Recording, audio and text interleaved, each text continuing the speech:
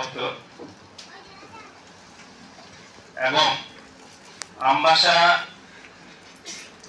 যে পিএইচি আছে আমাদের কাছে, সেই পিএইচি আনুকূল্যে বা তাদের বদান্যতায় কাটছি কনভেনার হিসেবে। যে ডায়রিয়া আপনারা সবাই জানেন, এটা হচ্ছে একটা জলবাহিত রোগ। ওনারা বলেছেন, যারা যারা আমার পূর্ববর্তী বক্তারা বলেছেন যে এই 2 মাস বিশেষভাবে আমাদেরকে এই রোগ থেকে প্রতিকার করা, রোগ যেন না হয় সেটার দিকে লক্ষ্য করা। আশা কর্মীরা আছেন এখানে, এবং সবচেয়ে গুরুত্বপূর্ণ ভূমিকা যেটা নিতে হয় সেটা হচ্ছে মায়েদের। কেন এই 2 মাস, কেন আগে নয়? সেটা হচ্ছে এই 2 মাসে আমাদের ত্রিপুরায় সারা রাজ্যে বেশি করে বৃষ্টি হয়, এবং সেই বৃষ্টির জল বিভিন্ন কুয়াতে বা যেখানে জলাশয়ে জল ব্যবহার করা হয় সেগুলিতে নতুন করে জল ঢোকে, এবং সেই জলটা কি, এটা সংক্রমণ হয়ে, বৃষ্টি যখন মাটিতে পড়ে সেটা সংক্রমণ হয়ে নদী নালাতে ঢুকে, কুয়াতে ঢুকে। কারণ এখন যদি বলতে হয় যে জল দপ্তর, যে জল দপ্তর আমাদের ত্রিপুরাতে যেখানে যেখানে পানীয় জলের নলের মাধ্যমে দেওয়ার যে কাজ এখনো সম্পন্ন হয়নি, সেটা সম্পন্ন হয়ে গেলে আমি জানি না ডায়রিয়ার প্রকোপ আর থাকবে কিনা, কিন্তু সেটার অপেক্ষায় আমরা সবাই আছি। 2-1টি কথা আমি বলতে চাই। আমাদের প্রত্যন্ত অঞ্চলগুলিতে 2-1টা অঞ্চল আছে সেখানেও ডায়রিয়া হওয়ার কথা, সেখানে কোনোদিন ডায়রিয়া হয় না। মনাছড়া, শুনেছেন কিনা জানি না। খেদাছড়াতে মনাছড়া নামে একটা এডিসি ভিলেজ আছে, এখনো আছে।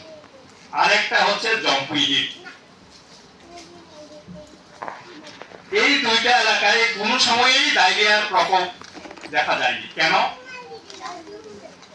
মনাছড়াতে লঙ্গাই নদীর পাশে একটা ঝর্ণা আছে, আমি জানি না এখন আছে কিনা। আমি যেহেতু প্রশাসনে ছিলাম, কোনো এক সময়ে পেশাব করলে ভিডিও ছিলাম, তো মনাছড়া, খেদাছড়া, জম্পুইহি সবটাই, জম্পুইহি বাদে খেদাছড়া, মনাছড়া এইগুলি পেশাবখোল ব্লকের অধীনে ছিল।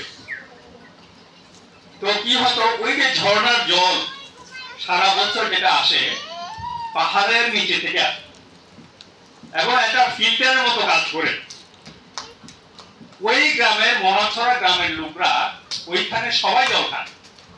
আমাদের এই সাধারণত এটা রিয়াং জনগোষ্ঠীর লোকরাই আছেন।